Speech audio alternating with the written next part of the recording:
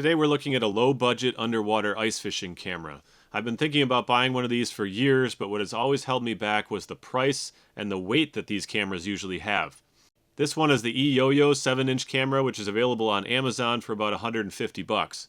It comes in a little carrying case and weighs under 4 pounds. Now this is far from the fanciest underwater camera. It does not have the ability to record footage to watch later on your computer, and the camera shoots in standard HD, which is 720p. It has a ring of infrared LED lights around the lens that can be toggled on or off and help in low light conditions. The 720p resolution is more than adequate for a clear image on the 7-inch screen, and since it doesn't record, you won't be viewing the footage anywhere else. For this video, I'll be running another camera on the screen so you can see what I can see. The image of the underwater camera screen looks a little funny when it's recorded on video by another camera, but in reality the screen image is really clean. You can see a better representation of the screen clarity in the still photos.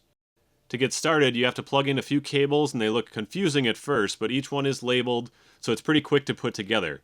You plug the power cable into the battery, then the camera cord, and the LED cord if you don't have enough natural light and you need some extra lighting. The image with the LED lighting turns into black and white though instead of color, and even the regular mode is black and white if the available lighting is low. This footage is from 12 feet deep in dirty water, and this footage is from 4 feet deep in slightly dirty water on a cloudy day. One thing I knew I would want with any ice fishing camera is a tripod to hold it up and control the positioning of the camera.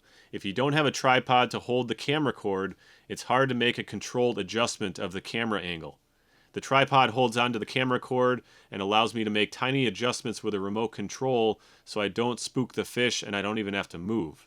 So let's take a look at a few more clips from the camera, starting with clear water.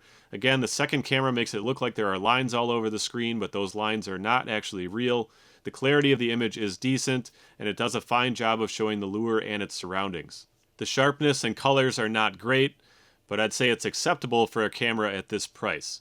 In dirty water, the image is very grainy and tough to see, but you can still see this crappie coming in to check out my jig in 11 feet of dirty water under the ice and snow. I'm actually really impressed that the camera could see anything down there. For $150, this little camera did a nice job of showing me what kinds of fish were around and how they reacted to my bait. It allowed me to see gentle bites that I would have had a hard time noticing otherwise. It also helped me determine what kinds of fish were showing up on my sonar. This turned out to be a school of crappies. My kids also love it. It's easy for them to watch a bite happen on the screen and then set the hook. I would definitely recommend getting the tripod to go with this camera or any underwater camera, and I would also recommend removing the camera arm from the tripod before transporting it, just to reduce the risk of it breaking or getting bent. If you're considering an ice fishing camera but don't want to spend a lot of money, I would say that this is a good buy for the price. Thanks for watching. We'll catch you next time.